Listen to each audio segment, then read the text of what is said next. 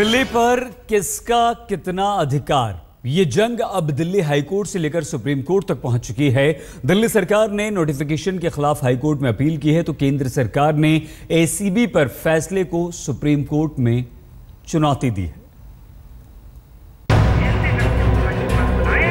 दिल्ली की सियासत की जंग अब कानून के अखाड़े में है। एंटी करप्शन ब्यूरो को लेकर दिल्ली हाईकोर्ट की सिंगल बेंच के फैसले के खिलाफ केंद्र सरकार ने सुप्रीम कोर्ट में अपील की है। उधर गृह मंत्रालय की अधिसूचना के खिलाफ केजरीवाल सरकार ने दिल्ली हाईकोर्ट का दरवाजा खटखटाया है। दिल्ली सरकार का कहना है कि गृह मंत्रालय की अधिसूचना से सरकार की सारी शक्तियां छीन ली गई।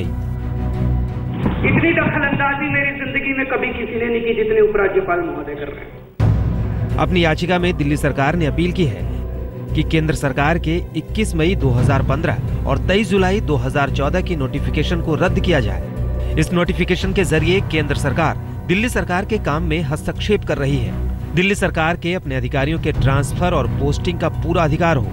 लेफ्टिनेंट गवर्नर के अधिकारों का दायरा तय किया जाए।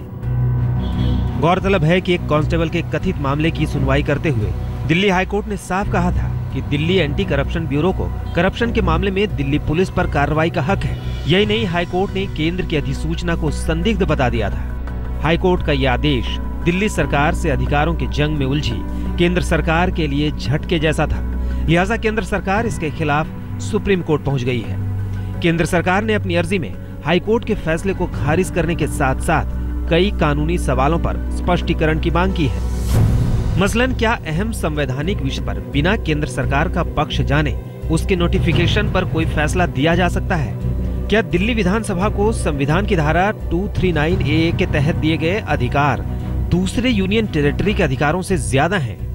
क्या दिल्ली सरकार का अधिकार देश की संसद को दिए गए अधिकारों से भी ज्यादा है? क्या यूनियन टेरिटरी देश के संसद द्वारा बनाए गए कानून को मानने के लिए बाध्य नहीं है? क्या ये सही नहीं है कि दिल्ली सरकार का दिल्ली पुलिस पर कोई अधिकार नहीं है और ना ही दिल्ली विधानसभा इस बाबत कोई कानून बना सकता है? दिल्ली हाईकोर्ट और सुप्रीम कोर्ट दोनों अदालतों में इन दो अहम मामलों की सुनवाई है। उम्मीद की जानी चाहिए कि कोर्ट के फैसले के बाद दोनों सरकारों के बीच वर्चस्व की होड़ खत्म होगी। पूनम शर्मा के साथ अहमद अजीम, दिल्ली आज तक।